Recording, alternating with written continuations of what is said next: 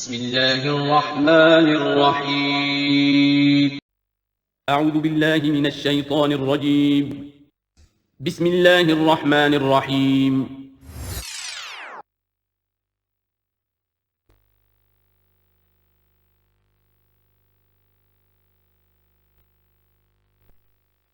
الحمد لله وكفى والصلاة والسلام على عباده الذين اصطفى خصوصا على أفضلهم وخاتم النبيين محمد الأمين وعلى معين. أما بعد فأعوذ بالله من الشيطان الرجيم. بسم الله الرحمن الرحيم. رب اشرح لي صدري ويسر لي أمري واحلل عقدة من لساني يفقهوا قولي. اللهم ربنا آنس وحشتنا في قبورنا وارحمنا بالقرآن العظيم. اللهم اجعله لنا إماما ونورا وهدى ورحمة. اللهم ذكرنا منه ما نسينا وعلمنا منه ما جهلنا وارزقنا تلاوته آناء الليل وآناء النهار واجعله لنا حجة يا رب العالمين آمین. کل دو نشستوں میں تعارف قرآن کے ضمن میں جن عنوانات پر گفتگو ہو چکی ہے ان میں سے ایک تشنا رہا قرآن حکیم کی ترتیب اور تقسیم. اس کی تدوین کے بارے میں گفتگو ہماری مکمل ہو چکی تھی کہ قرآن حکیم کی تدوین 3 مراحل میں مکمل ہوئی. اولاً خود حضور صلی اللہ علیہ وسلم نے اللہ تعالیٰ ہی کے حکم سے قرآن مجید کو مرتب کر دیا اور اس مرتب شکل میں امت کو منتقل کیا. ترتیب معین ہو چکی تھی لیکن وہ کتابی شکل میں ما بین الدفتین جمع نہیں ہوا. اس کے بعد دوسرا مرحلہ آیا حضرت ابوبکر صدیق رضی اللہ تعالی عنہ کے عہد خلافت کے دوران، جب بہت سے حفاظ شہید ہو گئے جنگ یمامہ میں تو تشویش پیدا ہوئی کہ قرآن حکیم کو کتابی شکل کے اندر مرتب بھی کر لیا جائے، جمع کر لیا جائے. چنانچہ یہ کام حضرت ابوبکر صدیق کے عہد خلافت میں پورا ہو گیا اور اس کے لیے مصحف کا نام حضرت عبداللہ ابن مسعود کی تجویز پر حضرت ابوبکر صدیق رضی اللہ تعالیٰ عنہ نے طے کیا. لیکن اس کے چونکہ ابھی پڑھنے کے انداز میں لوگوں کو کافی آزادی دی گئی تھی کہ اپنے اپنے لہجے کے مطابق لوگ پڑھ سکتے ہیں، تو اس سے محسوس ہوا کہ اب اس کے لکھنے کے انداز میں بھی فرق آ رہا ہے. تو اس لیے ضرورت محسوس ہوئی کہ اس کا ایک اسکرپٹ، ایک رسم الخط جو متفق علیہ ہو، اجماعی ہو، وہ طے کر دیا جائے. چنانچہ یہ تیسرا مرحلہ حضرت عثمان رضی اللہ تعالیٰ عنہ کے عہد خلافت میں طے پایا. اسی لیے اس کو اب مصحف عثمانی کہتے ہیں، اس لیے کہ وہ رسم الخط اب ہمیشہ ہمیش کے لیے طے ہے. اس کے آفیشیل نسخے تیار کیے گئے اور بڑے بڑے شہروں میں جو بھی اس وقت اس مسلمان ممالک تھے ایک ایک نسخہ بھیج دیا گیا اور باقی نسخے جو ہیں وہ طرف کر دیے گئے. تو اس طریقے سے گویا کہ ربع صدی کے اندر اندر یہ تینوں مرحلے جو ہیں مکمل ہو گئے ہیں. اور جیسا کہ میں نے عرض کیا، سب تسلیم کرتے ہیں کہ جو قرآن آج ہمارے پاس ہے وہ وہی ہے بعینہ ہی جو محمد الرسول اللہ نے اپنی امت کو دیا تھا.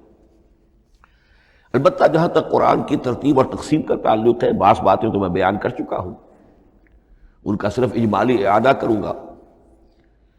نمبر 1 یہ کہ قرآن کی جو بیسک یونٹ ہے، بنیادی اکائی، وہ آیت ہے. آیت کو ہم جملہ نہیں کہہ سکتے، آیت کو ورس نہیں کہہ سکتے، مصرع نہیں کہہ سکتے، اس کی اسی اصطلاح کو ہمیں ریٹین کرنا ہوگا. آیتیں چھوٹی بھی ہیں، بڑی بھی ہیں. آیتیں صرف حروف مقطعات پر بھی مشتمل ہیں اور مرکبات ناقصہ پر بھی مشتمل ہیں. پورے جملے کی ایک آیت بھی ہے اور کئی جملوں پر ایک آیت بھی مشتمل ہے. یہ تمام امور توقیفی ہیں، یعنی حضور صلی اللہ علیہ وسلم کے بتانے پر موقوف علیہ. ان میں کسی کے اجتہاد کو، کسی منطق، کسی گرامر، کسی نحو، کسی بیان کے کسی اصول کو کوئی دخل نہیں. جہاں تک آیتوں کی تعداد کا تعلق ہے وہ مختلف فی ہے، وہ اتفاقی نہیں ہے. اس لیے کہ 6,500 کے لگ بھگ آیات ہیں فرق کیوں ہے؟ ایک بڑا فرق تو اس وجہ سے واقع ہو جاتا ہے کہ تمام سورتوں کے آغاز میں جو آیت بسم اللہ لکھی ہوئی ہے اس کے ضمن میں ایک اختلاف ہے کہ آیا ہر مرتبہ اس آیت کو کاؤنٹ کیا جائے یا نہ کیا جائے۔ صرف ایک سورت ہے سورہ توبہ جس کے شروع میں آیت بسم اللہ نہیں ہے، باقی 113 سورتوں کے آغاز میں بسم اللہ لکھی ہوئی ہے۔ تو بعض حضرات اس کو سمجھتے ہیں کہ یہ کاؤنٹ نہیں کی جائے گی، بلکہ یہ تو در حقیقت صرف سورتوں کے درمیان فصل اور فرق قائم کرنے کے لیے یہ آیت بسم اللہ لکھ دی گئی ہے۔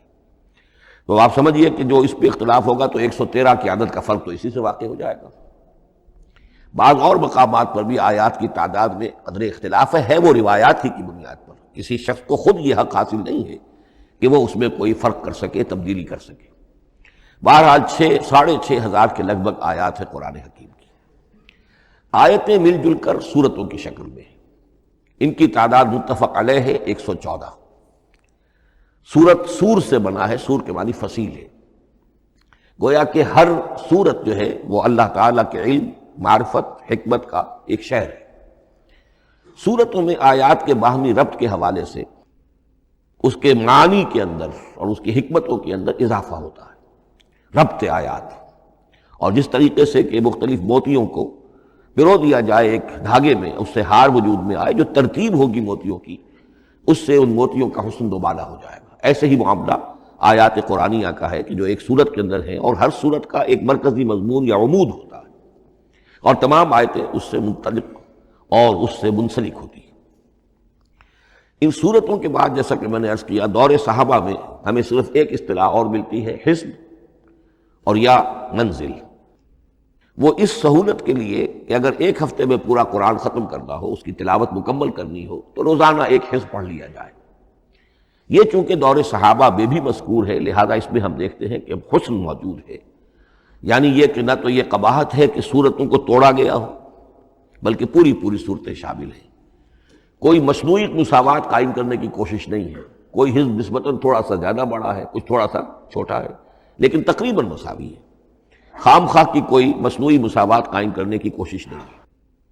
اور اس کے باوجود یہ حسن موجود ہے کہ سورہ فاتحہ کو اگر ہم علیحدہ رکھ دیں کہ وہ پورے قرآن حکیم کے لیے ایک دباچہ اور مقدمہ ہے، تو پہلے حزب یا پہلی منزل میں 3 سورتیں، دوسرے میں 5، تیسرے میں 7، چوتھے میں 9، پانچویں میں 11، چھٹی میں 13، یہ سیڑھی ہے بالکل۔ اور جو آخری حزب مفصل کہلاتا ہے، اس میں چونکہ آخری پارے میں آپ کو معلوم ہے چھوٹی چھوٹی صورتیں ہیں تو تعداد 65 ہے، وہ بھی جو آخری تعداد ہے 13 اس کا ملٹیپل ہے۔ بہرحال یہ حزب یہ بھی دور صحابہ میں اس کا تذکرہ ہمیں ملتا ہے۔ البتہ جو مزید تقسیم کی چیزیں ہمارے ہاں معروف ہیں وہ بات کی چیزیں۔ رکوعوں میں طویل صورتوں کو تقسیم کیا گیا تاکہ ایک رکعت میں اگر طویل صورت میں سے کوئی آیات پڑھنی ہے تو اس طرح پڑھی جائیں کہ مضمون ٹوٹے نہ۔ یہ حجاج ابن یوسف کے زمانے میں یہ کام ہوا ہے اور بڑے غور و فکر سے ہوا، اور واقعتاً محسوس ہوتا ہے کہ معنوی جو ربط اور تعلق ہے اس کو ملحوظ رکھا گیا ہے۔ لیکن جو دوسری تقسیم ہمارے ہاں معروف ہو گئی ہے وہ پاروں کی ہے۔ اول تو یہ معلوم نہیں کہ یہ تقسیم کب ہوئی، مجہول الزمان ہے یہ۔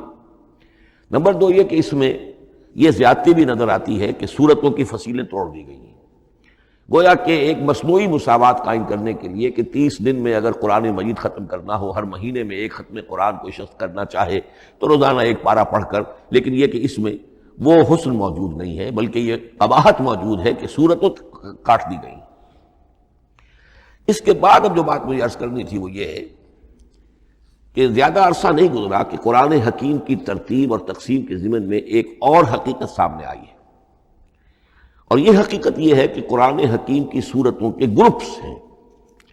اب یہ چونکہ ایک بالکل ماضی قریب کا معاملہ ہے، اس سے پہلے یہ ذکر موجود نہیں تھا۔ اول تو یہ بات بھی مان لیجئے کہ قرآن مجید میں ترتیب اور نظم، اس کے بارے میں ہمارے اسلاف نے نہ کوئی زیادہ محنت کی اور نہ انہوں نے سمجھا کہ اس میں کوئی خاص ربط ہونا ضروری ہے۔ لیکن یہ کہ عہد حاضر میں مولانا حمید الدین فراہی رحمۃ اللہ علیہ ہندوستان میں ایک ایسے عالم پیدا ہوئے کہ جنہوں نے نظم قرآن کو اپنا خاص موضوع بنایا کہ یہ جو آیات باہم جوڑی گئی ہیں تو آخر کوئی حکمت ہے، سورتوں میں جو ربط قائم کیا گیا ہے یقیناً حکمت پر مبنی ہے۔ ورنہ سب سے سیدھی ترتیب تو جیسا کہ میں نے کل عرض کیا تھا یہ ہوتی، ترتیب نزولی سے قرآن کو مرتب کر دیا جاتا۔ لیکن یہ کہ صورتیں آپ کو معلوم ہے طویل صورتوں میں ایسا بھی ہے کہ وہ ایک وقت میں نازل نہیں ہوئی بلکہ متعدد اوقات میں، اور سورہ بقرہ جو ہے وہ تقریباً 2 سال میں اس کی جو تنزیل ہے وہ مکمل ہوئی۔ تو پھر کچھ آیتوں کو جوڑنا، کس کو کہاں رکھنا ہے، کس کو کہاں رکھنا ہے، تو یہ حضور صلی اللہ علیہ وسلم نے خود کیا ہے، اللہ تعالیٰ کے حکم سے کیا ہے، تو یہ چیزیں حکمت سے خالی تو نہیں ہو سکتی۔ تو انہوں نے اس کو خاص اپنا موضوع بنایا اور ان کے سامنے بعض حقائق آئے ہیں، وہ حقائق ہیں جو اب میں آپ کے سامنے بیان کر رہا ہوں۔ اس میں ایک اشکال ہو سکتا ہے، اسے میں چاہتا ہوں کہ پہلے رفع کر دوں کہ یہ چیز اگر ہمارے اسلاف کے نظر میں نہیں آئی اور ان کی توجہ ادھر نہیں ہوئی تو یہ تو گویا کہ ایک بڑی مشکوک سی بات ہوگی۔ قرآن مجید کے علم کے ضمن میں گویا کہ متقدمین کے فہم پر ہمیں کچھ تان کرنا ہوگا، لیکن یہ بات درست نہیں ہے۔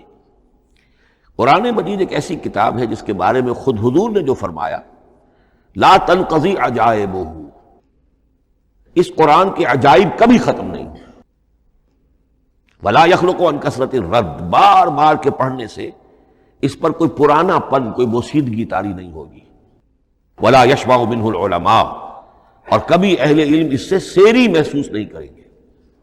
تو قرآن مجید لا تنقضی عجائبہ، جیسے جیسے دنیا آگے بڑھ رہی ہے، تمدن آگے بڑھ رہا ہے، علم انسانی جو ہے مادی فزیکل سائنسز کا علم آگے بڑھ رہا ہے، قرآنی حقائق اور مبرہن ہو رہے ہیں، اور واضح ہو رہے ہیں، اور نکھر رہے ہیں۔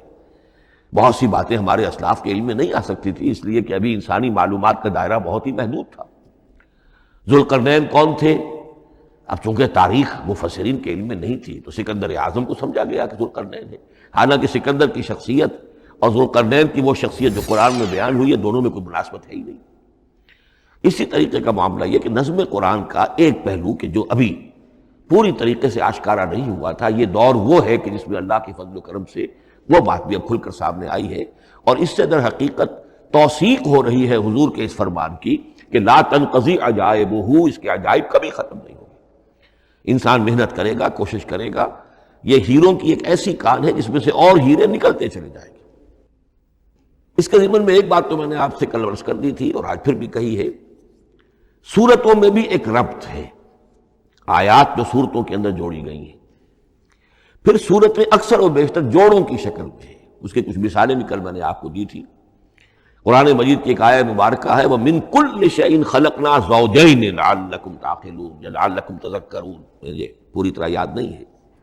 ہم نے ہر شے کو جوڑوں کی شکل میں پیدا کیا، اگرچہ اس کو چونکہ قرآن مخلوق نہیں ہے ہم اس پر اس کا اطلاق نہیں کریں گے، لیکن من کل شیء خلقنا زوجین، اس میں اس قدر کیٹیگوریکل سٹیٹمنٹ ہے کہ معلوم ہوتا ہے کہ یہ اصول اتنا اللہ تعالیٰ کے ہاں اتنا پسندیدہ ہے کہ قرآن مجید کی صورتوں میں بھی یہ صورتوں کے بھی جوڑوں کی شکل میں ہونا یہ بہت ہی اظہر من الشمس ہے۔ بعض جگہوں پر تو اظہر من الشمس ہے، بعض جگہوں پر ذرا تدبر کر کے بات معلوم ہوتی ہے۔ البتہ کہیں کہیں آپ کو نظر آئے گا کچھ منفرد صورتیں بھی ہیں، اور ان میں سے بعض یا جب دوران ترجمہ یہ چیزیں آئیں گی تو اب میں صرف اس وقت حوالہ دے سکوں گا، بڑی تیزی سے ہمیں چلنا ہوگا۔ اس وقت میں چاہتا ہوں کہ ذہن میں یہ حقائق بیٹھ جائیں۔ بعض جگہوں پر آپ دیکھیں گے تین تین صورتوں کے گروپ ہیں، ان میں سے دو کے مابین تو نسبت زوجیت کامل ہے، بلکہ یہ سمجھ لیجئے نسبت زوجیت کہتے کس کو ہے؟ دو چیزیں مل کر کسی مقصد کی تکمیل کریں، ان دونوں میں ایسی نسبت ہونی چاہیے ریسیپروکل کہ وہ ایک دوسرے کی تکمیل کے لیے اور کسی مقصد کے حصول کے لیے ان کے مابین ایک تعلق قائم ہو، یہ زوجیت ہے۔ اسی طریقے سے قرآن مجید میں جب صورتیں آتی ہیں جوڑوں کی شکل میں تو کسی مضمون کا ایک رخ وہ ایک صورت میں آ جائے گا، اس کا دوسرا رخ دوسری صورت میں آ جائے گا، اور دونوں مل کر جسے ہم کہتے ہیں تصویر کے دونوں رخ، وہ رخ مکمل ہو جائیں گے، بات پوری ہو جائے گی۔ البتہ بعض جگہوں پر ہے کہ تین تین صورتوں کے سب گروپس ہیں۔ میں اس معاملے میں گروپ کا لفظ ریٹین کر رہا ہوں، اس لیے کہ قدیم تو یہ تصور تھا نہیں، جدید اصطلاح ہے، تو اس میں چونکہ اب بہت سے الفاظ انگریزی زبان کے اب اردو میں آ گئے ہیں کہ اس کی جگہ کوئی اور بہت ہی کوئی کوشش کر کے لفظ لایا جائے تو وہ شاید زیادہ عام فہم نہیں ہوگا یا عام فہم ہے۔ تو گروپس اور سب گروپس، چھوٹے گروپ بڑے گروپ، تو یہ چھوٹے گروپ جو ہے تین تین صورتوں کے، ان میں سے دو کے مابین تو نسبت زوجیت بتمام و کمال ہوگی اور تیسرے کی حیثیت ضمیمے کی ہوگی۔ اس کی مثالیں بعد میں آئیں گی۔ البتہ یہ جو ضمیمے ہوتے ہیں خود ان کے یا جو دوسری منفرد صورتیں ہیں، خود ان میں آپ کو فصل کے ساتھ نسبت زوجیت مل جائے گی۔ اس سے آگے چلیے، اب اصل ہے وہ شے جس کو میں آج چاہتا ہوں بیان کرنا۔ قرآن حکیم کی صورتوں کی ایک گروپنگ اس اعتبار سے سامنے آئی، کچھ صورتیں مکی پھر مدنی، پھر مکی پھر مدنی، پھر مکی پھر مدنی، پھر مکی پھر مدنی۔ ایسا کیوں ہے؟ بڑی قابل غور بات ہے، اس میں کوئی حکمت ہے۔ اور عجیب بات یہ سامنے آئی، اس اعتبار سے بھی قرآن کے 7 گروپ بنتے ہیں، ہر گروپ میں ایک یا ایک سے زائد مکی صورت اور پھر ایک یا ایک سے زائد مدنی صورتیں، ایک گروپ پورا ہو گیا۔ دوسرے گروپ میں پھر ایک یا ایک سے زائد مکی صورت، پھر ایک یا ایک سے زائد مدنی صورتیں، وہ پھر گروپ مکمل ہو گیا۔ یہ گروپ بھی قرآن حکیم میں 7 ہے۔ یہ گروپ جو ہے قرات کے لیے نہیں ہے، یہ گروپ جو معنوی تقسیم ہے، غور و فکر کے اعتبار سے، کہ ہر گروپ کا ایک عمود ہے، ایک مرکزی مضمون ہے، اور جس طریقے سے صورتیں 2 مل کر ایک مضمون کی تکمیل کرتی ہیں، اسی طرح ہر گروپ کی مکی اور مدنی صورتیں مل کر ایک بڑے مضمون کی تکمیل کرتی ہیں۔ اس طریقے سے گویا کہ یہ قرآن مجید میں 7 گروپ ہیں بڑے بڑے، جو کہ جس میں کہ صورتیں جو ہیں وہ جمع کی گئی ہیں۔ مثلا میں اب آپ کو اشارتاً بتا دوں، پہلے گروپ میں سورہ مکی جو ہے وہ صرف ایک ہے، سورہ فاتحہ، تعداد میں تو ایک ہے، وہ اپنے حجم کے اعتبار سے چھوٹی بھی ہے لیکن بہت بھاری صورت ہے۔ وَلَقَدْ آتَيْنَاكَ سَبْعًا مِنَ الْمَثَانِي وَالْقُرْآنَ الْعَظِيمِ، محض اس صورت کو بھی قرآن عظیم کہا گیا ہے۔ لیکن ایک صورت مکی سورہ فاتحہ، پھر 4 طویل ترین صورتیں مدنی، بقرہ، آل عمران، نساء، مائدہ۔ دوسرے گروپ میں 2 صورتیں مکی، 2 مدنی، الانعام، الاعراف مکیات، الانفال، التوبہ مدنیات۔ تیسرا گروپ چلتا ہے، 14 صورتیں مسلسل چلی جا رہی ہیں مکی، سورہ یونس سے، سورہ یونس، سورہ ہود، سورہ یوسف، سورہ رعد، سورہ ابراہیم، چلتے جائیے، سورہ حجر، سورہ نحل، سورہ بنی اسرائیل، سورہ کہف، سورہ مریم، سورہ طٰہٰ، سورہ انبیاء، سورہ حج اور سورہ مومنون، 14 سورت۔ اب آئی ایک مدنی صورت، سورہ نور۔ یہ تیسرا گروپ مکمل ہو گیا۔ چوتھے گروپ میں بھی یہی بات آپ کو نظر آئے گی۔ الفرقان سے سورہ سجدہ تک 8 صورتیں مکی ہیں، اور پھر ایک صورت آتی ہے سورۃ الاحزاب، وہ مدنی ہے۔ اب یہ جو ایک ایک صورتیں آئی ہیں، سورہ نور اور سورہ احزاب، ہر شخص کو اندازہ ہو جائے گا یہ آپس میں جوڑے کی شکل رکھتی ہیں، ان کے مضامین بہت ایک دوسرے سے مشابہ ہیں، بہت مشابہ ہیں، لیکن یہ کہ وہ اس طریقے کا جوڑا نہیں ہے کہ اسی گروپ میں ان کا جوڑا موجود ہو، اس کا جوڑا جو ہے وہ دوسرے گروپ میں ہے۔ پھر آئیے 5واں گروپ ہے، سورہ سبا سے احقاف تک، یہ 13 صورتیں مکی ہیں، اور پھر سورہ محمد صلی اللہ علیہ وسلم سے سورۃ الحجرات تک 3 صورتیں مدنی ہیں، یہ کل 16 صورتیں ہیں۔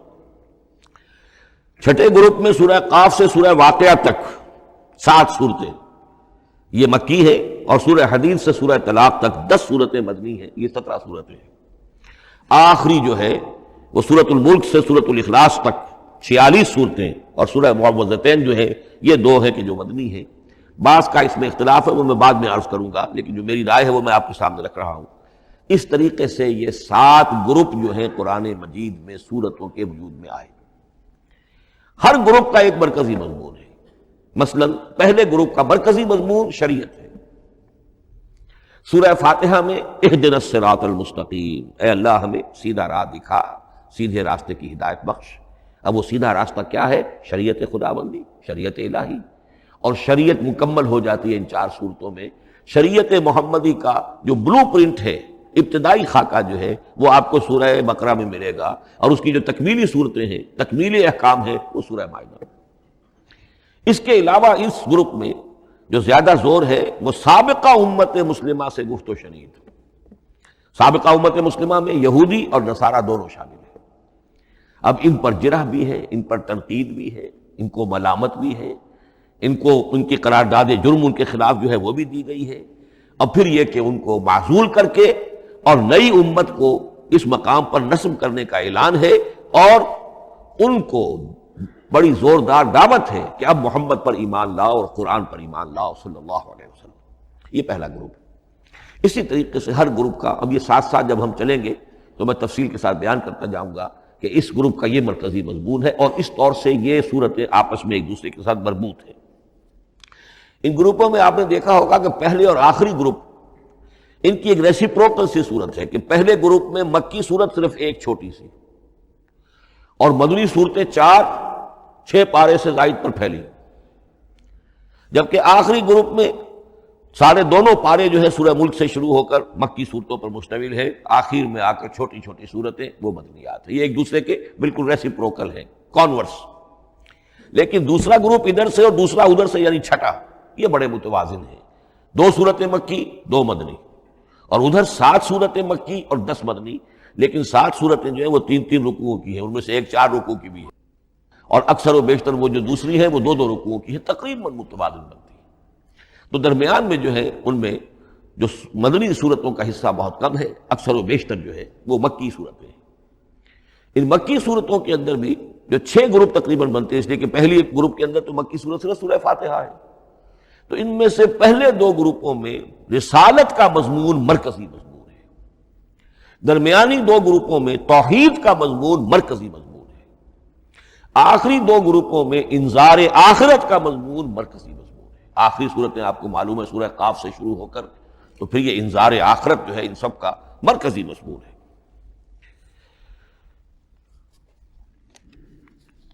مدنی قرآن جو ہے یہ بھی آپ نوٹ کر لیجئے کہ کل قرآن کا 1/3 ہے تقریباً، اور اس 1/3 کا 2/3 پورا کا پورا پہلے گروپ میں آ گیا ہے، سورہ بقرہ، سورہ آل عمران، سورہ نساء، سورہ مائدہ۔ باقی تو پھر جا کے سورہ احزاب، سورہ نساء، پھر 3 چھوٹی صورتیں، پھر آخر میں 2 بہت چھوٹی چھوٹی صورتیں، سورہ انفال اور سورہ توبہ۔ لیکن یہ کہ یہ 2/3 جو ہے مدنی قرآن کا حجم بالکل پہلے ہی اس گروپ کے اندر آ گیا ہے۔ اس کی بھی حکمت ہے، کیوں مدنی صورتوں کو پہلے رکھا گیا؟ میرے علم میں نہیں ہے کہ اس موضوع پر کسی شخص نے گفتگو کی ہو سوائے محمد مارمڈیوک پکتھال کے۔ میرے علم کی حد تک ہو سکتا ہے کہ کسی اور مفسر نے، کسی محقق نے کوئی بات کہی ہو اس سے بھی زیادہ وزنی کہی ہو، لیکن میرے علم کی حد تک مارمڈیوک پکتھال نے اپنے ترجمے جو ترجمہ کیا ہے انگریزی میں، اس کے دیباچے میں اس موضوع پر گفتگو کی ہے، بہت ہی عمدہ بات کہی ہے۔ انہوں نے کہا کہ جب یہ قرآن نازل ہو رہا تھا تو اصل اہمیت ایمان کی تھی، پہلے لوگ ایمان لائیں، اور پھر جو ایمان لائے ان کو پھر احکام دیے گئے کہ یہ کرو اور یہ نہ کرو، یہ حلال ہے، یہ حرام ہے، یہ فرض ہے، وغیرہ وغیرہ۔ لیکن جب ایک امت وجود میں آ گئی، امت کے وجود میں آنے کے بعد اب نسلاً مسلمان پیدا ہو رہے ہیں، ان کے ہاں اب ضرورت پہلے اسلام کی ہے، چاہے بچہ چھوٹا ہی ہے، پہلے اسے احکام سکھائے جائیں گے، بچہ چھوٹا ہی ہے نماز پڑھنی سکھائی جائے گی، بچہ چھوٹا ہی ہے روزہ رکھنا سکھایا جائے گا۔ تو امت کے اس طرح تشکیل پا جانے کے بعد اب اصل اہمیت جو ہے وہ احکام کی ہو گئی ہے، احکام اب مقدم ہے، اور ایمان کا معاملہ جو ہے وہ اس کے بعد مؤخر ہے۔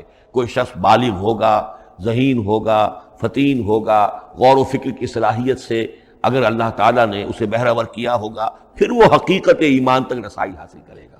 ورنہ یہ ہے کہ عام ایک مسلمان جو ہے اسے جہاں تک احکام کا تعلق ہے ان پر تو عمل کرنا ہی ہے۔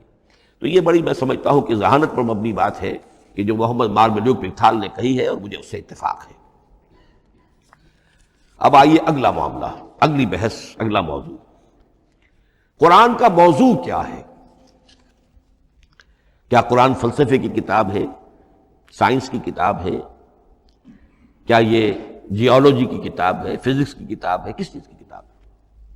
تو پہلی بات یہ سمجھیے، قرآن کا موضوع ہے انسان، لیکن انسان کی اناٹمی نہیں، انسان کی فزیولوجی نہیں، انسان کی اینتھروپولوجی نہیں، کچھ نہیں، انسان کی ہدایت۔ یہ ہدایت کا لفظ بنیادی ہے قرآن مجید کے لیے۔ چنانچہ دیکھیے ذرا نوٹ کر دیجئے، سورہ بقرہ کے شروع ہی میں ہدی للمتقین، پھر اس کے وسط میں ہدی للناس، سورہ یونس میں فرمایا ہدی ورحمۃ للمؤمنین، سورہ لقمان میں فرمایا ہدی ورحمۃ للمحسنین،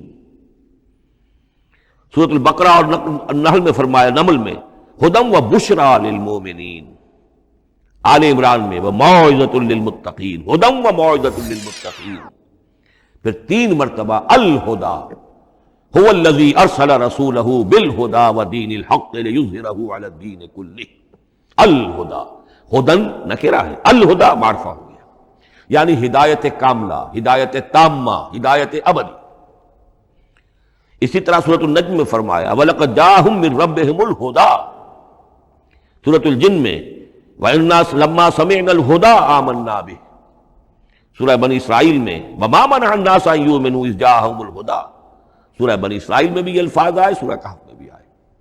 تو قرآن کا موضوع ہے ہدایت، اور اس کو اب ذہن میں رکھیے کہ انسان کے علم کے دو گوشے ہیں. علم انسانی دو حصوں میں منقسم ہے. ایک حصہ ہے فزیکل ورلڈ کا علم، جو حواس کے ذریعے سے حاصل ہوتا ہے، مادی حقائق ان کا علم.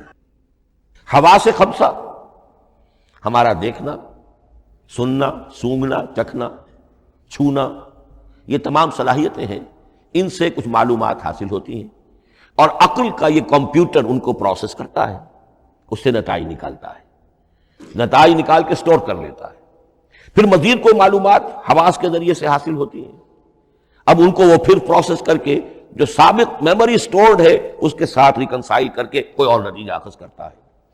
اس طرح رفتہ رفتہ رفتہ رفتہ انسان کا یہ علم بڑھتا چلا جا رہا ہے، اور ہم نہیں کہہ سکتے کہ ابھی اور کہاں تک جائے گا. آج سے چند سو سال پہلے بھی انسان تصور نہیں کر سکتا تھا کہ انسانی علم وہاں پہنچ جائے گا جہاں آج پہنچ چکا ہے. اس علم کا وحی سے کوئی تعلق نہیں، اس علم کا تعلق ہے علم اسماء سے، جو حضرت آدم میں ودیعت کر دیے گئے تھے بالکل شروع میں. سورہ بقرہ کا چوتھا رکوع جو ہے اس کے شروع میں ذکر ہے وَعَلَّمَ آدَمَ الْأَسْمَاءَ كُلَّهَا. اللہ نے آدم کو تمام نام سکھا دیے. اور اس کے آخر میں ذکر ہے جب آدم کو اور حوا کو حکم دیا گیا کہ اب زمین میں جا کر اور وہاں کا چارج سنبھالو، تو فرمایا وَإِمَّا يَأْتِيَنَّكُم مِّنِّي هُدًى فَمَن تَبِعَ هُدَايَ فَلَا خَوْفٌ عَلَيْهِمْ وَلَا هُمْ يَحْزَنُونَ.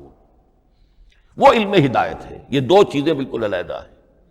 علم اسماء در حقیقت یوں سمجھیے کہ جیسے آم کی گٹھلی میں پورا آم کا درخت ہوتا ہے، وہی تو گٹھلی ہے جو آپ زمین میں دباتے ہیں، پھر اگر پانی وہاں پڑتا ہے، زمین میں روئیدگی بھی ہے، وہ گٹھلی پھٹے گی، وہ جو اس میں سے دو پتے نکلیں گے، وہ پتے اوپر بڑھیں گے، درخت بنے گا.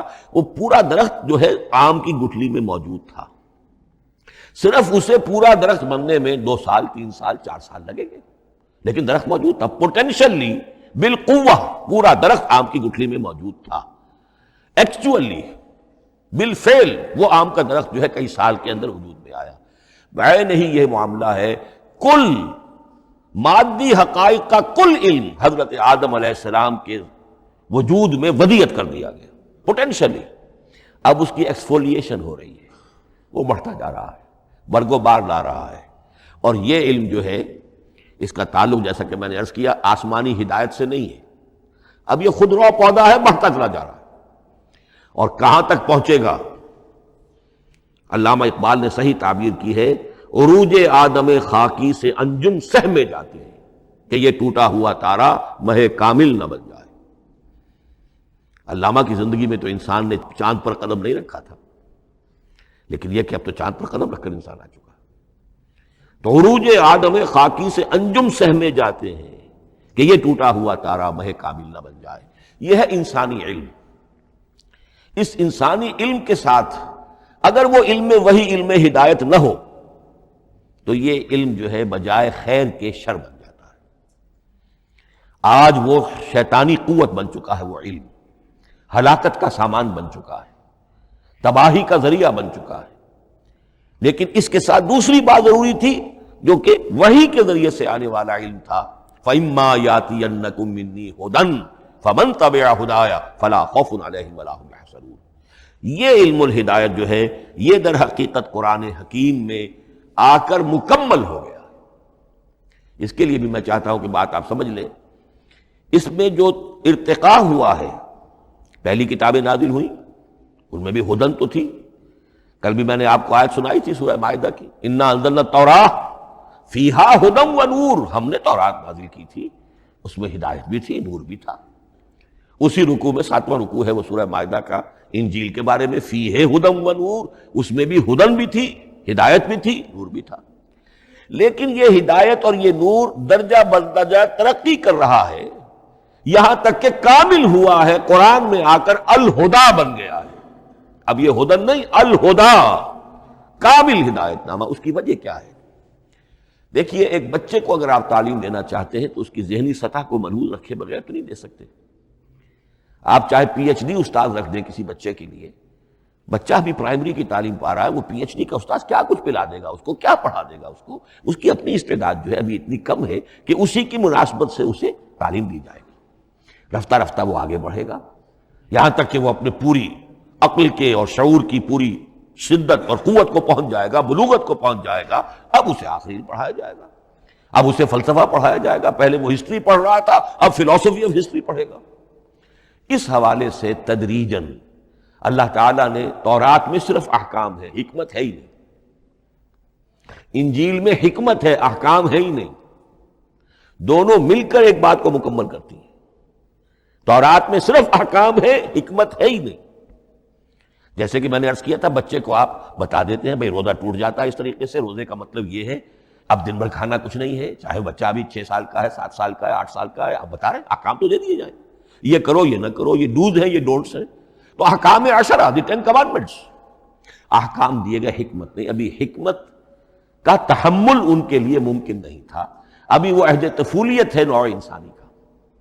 یوں سمجھیے کہ آج سے 3500 سال قبل کا انسان، 1400 قبل مسیح میں تورات دی گئی ہے حضرت موسیٰ علیہ السلام کو۔ اب یہ 2000 مسیح آنے والا ہے تو 3400 سال پہلے کی بات ہے، تو انسانی ذہن ابھی جس سطح پر تھا، یہاں تک کہ 2000 سال پہلے حضرت مسیح علیہ السلام کے بھی الفاظ انجیل میں موجود ہیں، اب بھی موجود ہیں۔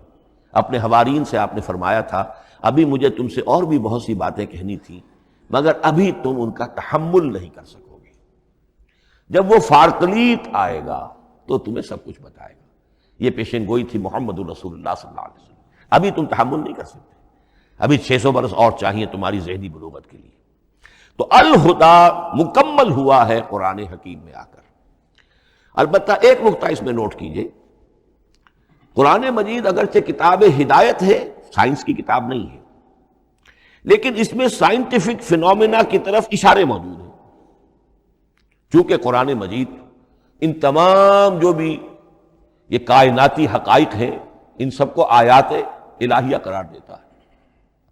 ان فی خلق السماوات والارض واختلاف اللیل والنہار والفلک التی تجری فی البحر بما ينفع الناس وما انزل اللہ من السماء من ماء فاحیا به الارض بعد موتها وبث فيها من كل دابة وتصریف الرياح والسحاب المسخر بین السماء والارض لآیات لقوم یعقلون۔ یہ سب نشانیاں ہیں اللہ کی قدرت، اللہ کی عظمت، اللہ کے علم کامل، اللہ کی حکمت بالغہ، سب نشانیاں۔ تو یہ جو فزیکل فینومینا ہے ان کی طرف قرآن ریفر کرتا ہے۔ بعض حقائق وہ ہے کہ جن کا تعلق اسٹرانومی سے، کل فی فلک یسبحون، یہ تمام اجرام سماویہ جو ہیں یہ اپنے اپنے مدار میں تیر رہے ہیں، معلوم ہوا ہر شے حرکت میں ہے۔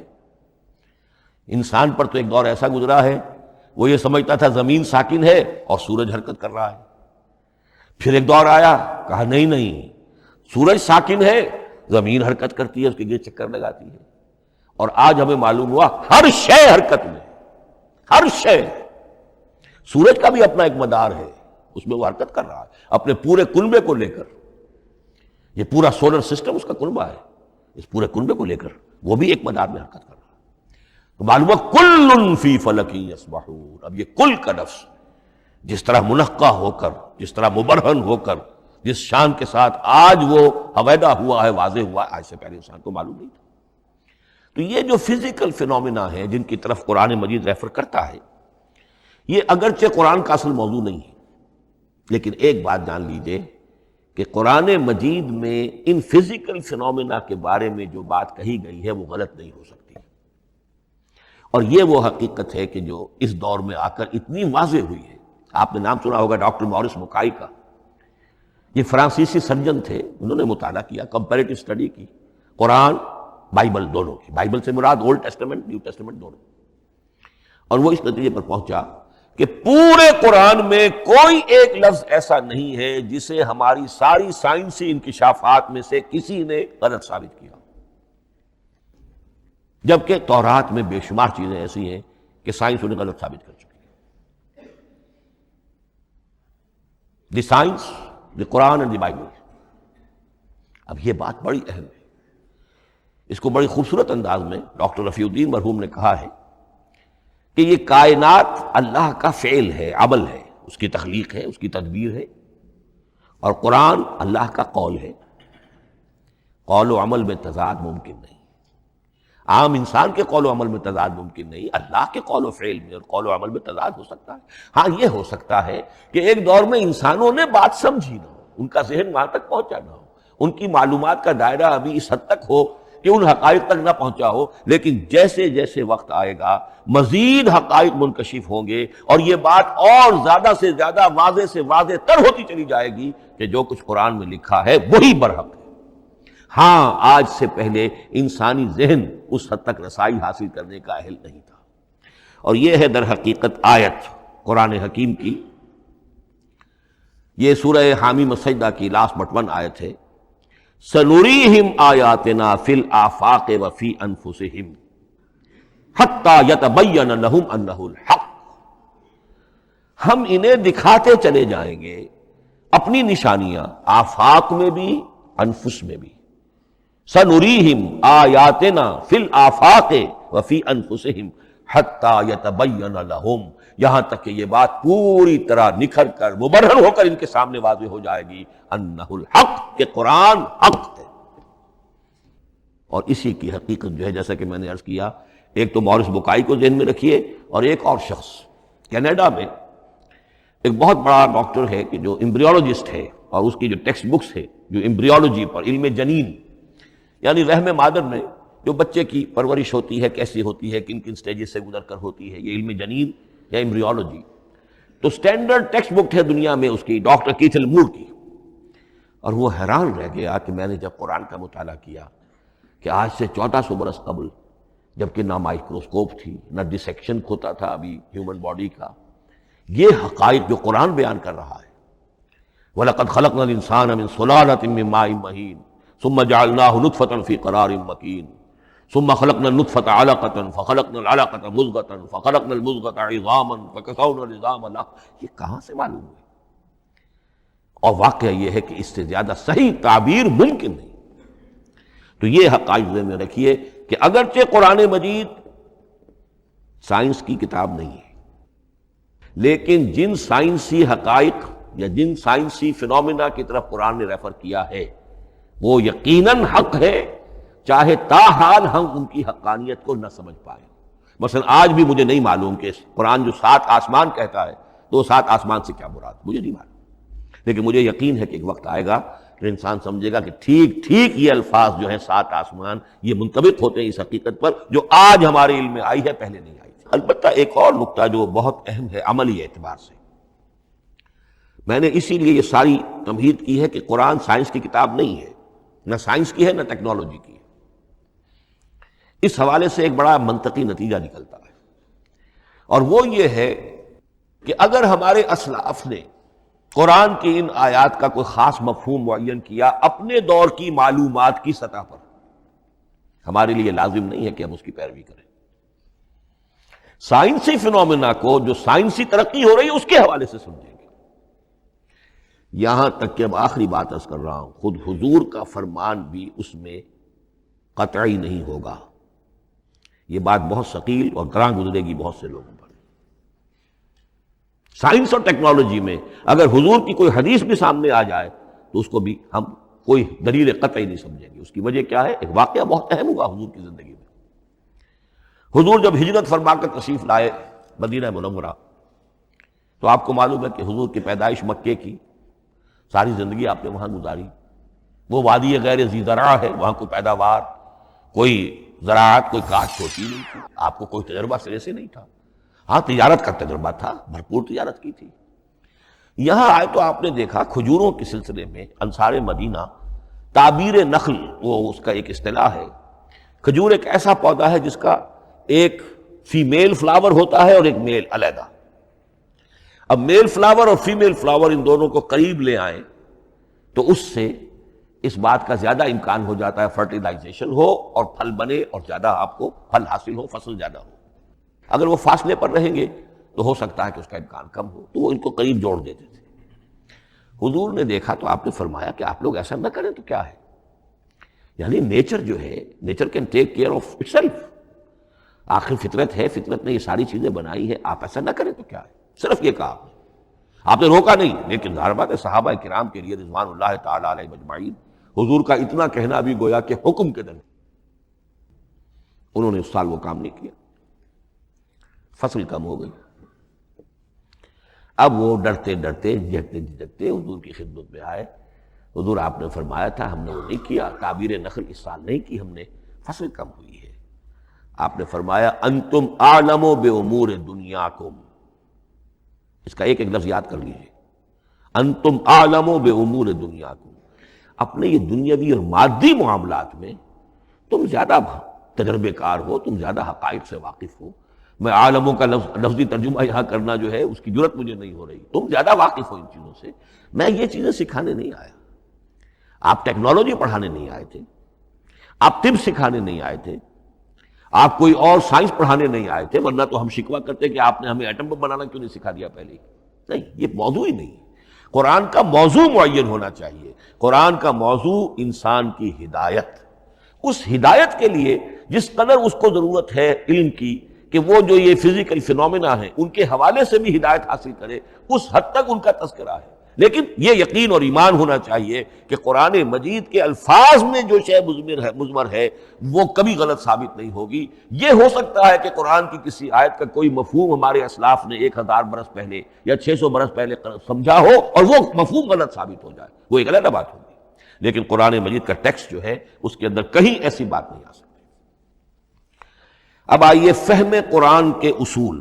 ظاہر بات ہے کہ اس موضوع پر اصول تفسیر پر کوئی مجھے تفصیلی اس وقت گفتگو کرنے کا موقع تو نہیں ہے. البتہ یہ کہ 7 گنتی کر کے چیزیں نوٹ کر لیجئے کہ جس سے قرآن مجید کے فہم میں سہولت حاصل ہوگی. پہلی بات وہ جو کسی درجے میں پہلے بھی سامنے آ چکی ہے، قرآن کا اسلوب استدلال منطقی نہیں ہے، فطری ہے. ایک ہوتا ہے منطق کی گتھیوں سے اور منطق کے اصولوں سے اور منطق کی دلیلوں سے بات ثابت کی. نہیں، قرآن فطرت انسانی کے مطابق بات کرتا ہے.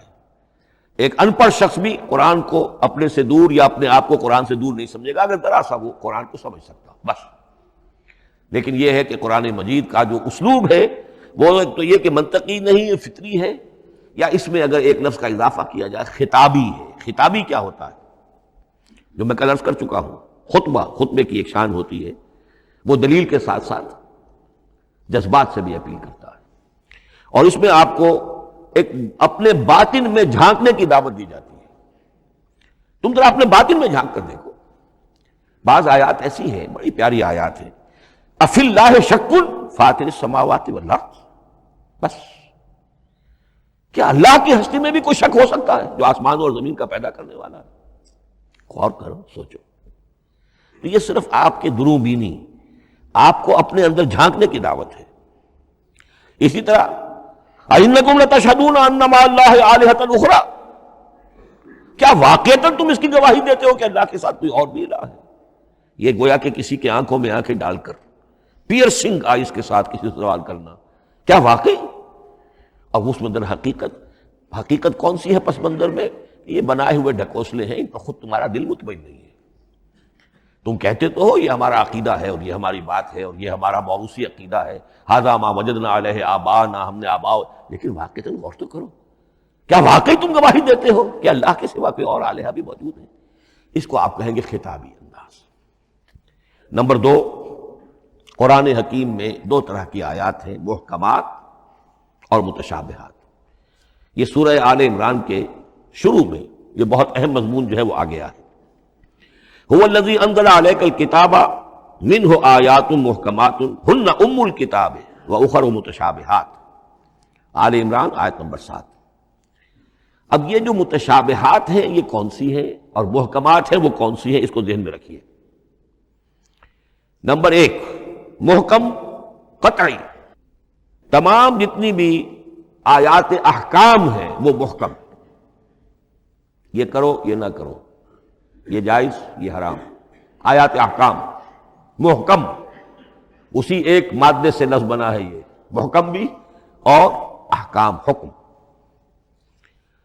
البتہ عالم غیب کی ساری خبریں متشابہات میں سے، عالم غیب ہو، عالم ارواح ہو، عالم برزخ ہو، عالم آخرت ہو، ان کے تمام حقائق یہ متشابہات میں سے، ان کو ہم حقیقتاً سمجھ نہیں سکتے، ہمارا تجربہ ہی نہیں، ہمارا وہ مشاہدہ ہی نہیں۔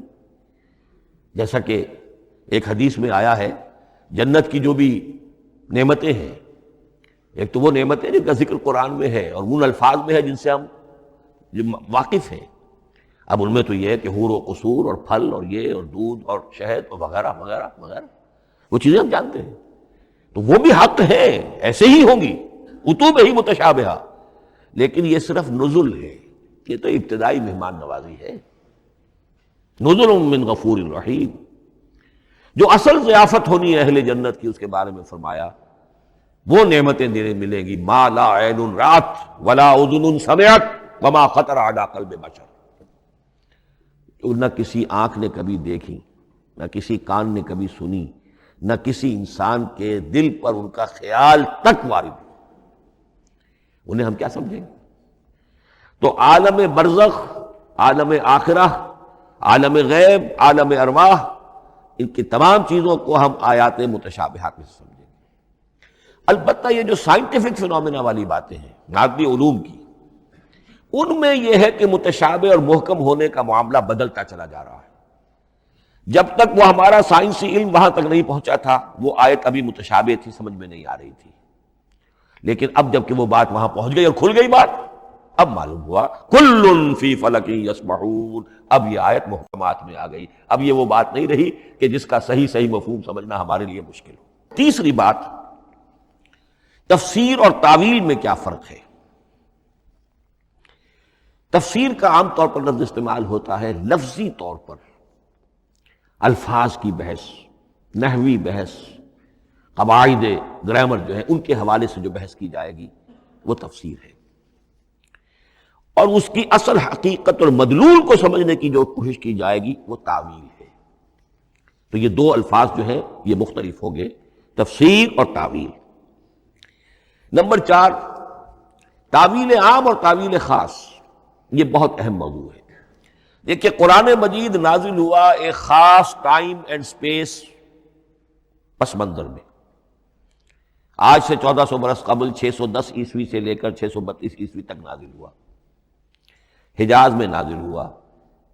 اس کی ایک اولین مخاطب قوم تھی، وہ ان پڑھ قوم تھی، پڑھے لکھے شاذ الشاذ کالمعدوم کے درجے میں تھے، وہاں فلسفے کا سوال نہیں، کوئی منطق کی بات نہیں، کچھ بھی نہیں، اور اولین مخاطب وہی ہیں، اور جو بھی حالات ہیں اس وقت کے ان کے حوالے سے بات کی جا رہی ہے۔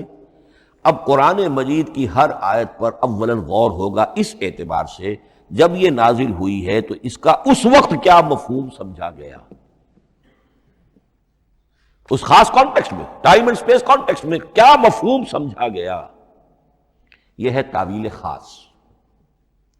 لیکن اب دوسری طرف دیکھیے، یہی کتاب ہدایت ہے ابد الآباد تک کے لیے، اسی کتاب کو 20ویں صدی عیسوی کے انسان کے لیے بھی ہدایت نامہ بننا ہے۔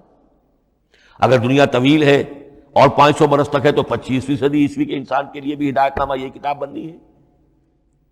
یہ عرب کے امیین کے لیے ہدایت نامہ تھی تو ایران کے فلسفیوں کے لیے بھی تو ہدایت نامہ تھی۔ لہذا ان الفاظ کے اندر یہ قرآن کے اعجاز کا وہ پہلو ہے جو بہت نمایاں ہے کہ ان الفاظ کے اندر کہ جو ایک خاص کانٹیکسٹ میں نازل ہوئے اور اس وقت ان کا ایک معین مفہوم سمجھا گیا، انہی میں وہ عموم بھی موجود ہے کہ اسی سے ہمیشہ کے لیے ہدایت اخذ کی جا سکتی ہے۔ اس کو ہم کہیں گے تعویل عام، اس کانٹیکسٹ سے ذرا نکال کر اب اس آیت کے الفاظ، اس کا در و بست، اس کا ما سبق، اس کے بعد ما بعد، سیاق و سباق، اس کے حوالے سے بیٹھ کر بات کی جائے۔ تعویل خاص میں شان نزول پیش نظر رہے گا، تعویل عام میں اس آیت کے الفاظ، ان کا در و بست اور آیت کا سیاق و سباق، یہ زیادہ زیر بحث رہے گا۔ تو معلوم ہوا کہ یہ دونوں چیزیں اپنی اپنی جگہ اہم ہیں۔ نہ تو انسان صرف تعویل خاص تک اپنے آپ کو محدود کر لے، اگر وہ کرے گا تو گویا کہ وہ صرف اس دور کا قرآن پڑھ رہا ہے، آج کا قرآن وہ نہیں پڑھ رہا۔ قرآن کے اندر تو واقعتاً یہ شان ہے کہ میں جس کے لیے الفاظ یہ استعمال کیا کرتا ہوں کہ ہر دور کے افق پر ایک خورشید تازہ کے مانند طلوع ہوگی یہ کتاب۔ معلوم ہوگا آج کا قرآن ہے، یہ ہمیں آج ملا ہے قرآن، اور گویا کہ آج جو ہمیں مسائل درپیش ہے ان کا حل ہے جو یہ قرآن پیش کر رہا ہے۔ یہ اس کا اعجاز ہے، یہ اس کا کمال ہے۔ اس اعتبار سے نوٹ کیجئے تعویل خاص اور تعویل عام، یہ الفاظ چونکہ بار بار دورہ ترجمہ آئیں گے تو اس لیے میں نے ان اصطلاحات سے چاہا کہ آپ واقف ہو جائیں۔ ایک اور اس میں بات سمجھنے کی ہے تذکر اور تدبر۔ قرآن سے بنیادی ہدایت حاصل کر لینا، اس کے لیے قرآن انتہائی آسان ہے۔ وَلَقَدْ يَسَّرْنَا الْقُرْآنَ لِلذِّكْرِ فَهَلْ مِن مُدَّكِرٍ۔ ذرا سی انسان کو عربی آتی ہو کہ براہ راست قرآن کا مفہوم آپ کے ذہن اور قلب پر نازل ہوتا چلا جائے، بس قرآن کا اصل جو پیغام ہے، جو اس کی اصل ہدایت ہے، اس کی تمثیل یوں سمجھیے کہ سمندر میں اگر کوئی آئل ٹینکر جو ہے ٹوٹ جائے تو میلوں جو آئل ہوتا ہے وہ سطح سمندر کے اوپر پھیل جاتا ہے، سطح پر رہے گا، نیچے تو جائے گا نہیں۔ تو یوں سمجھیے کہ قرآن مجید کا جو لب لباب ہے، لب لباب، وہ اس کی سطح پر موجود ہے، لیکن اس کا یہ مطلب نہیں ہے کہ صرف سطح ہی سطح ہے، اس کی گہرائی فیتم لس، اس کی گہرائی وہ ہے کہ جس کی کوئی حد نہیں۔ اب اس کے لیے تعمق، گہرائی میں غوطہ زنی کرنا، قرآن میں ہو غوطہ زن اے مرد مسلمان، اس کے اعتبار سے یہ دنیا کی مشکل ترین کتاب، اچھی طرح سمجھ لیجیے، اس کی تہ تک پہنچنا ممکن ہی نہیں۔ غلطی سے ہم کبھی کبھی کسی شخص کی مدح کرتے ہوئے کہہ دیتے ہیں فلاں شخص کو قرآن پر بڑا عبور حاصل ہے۔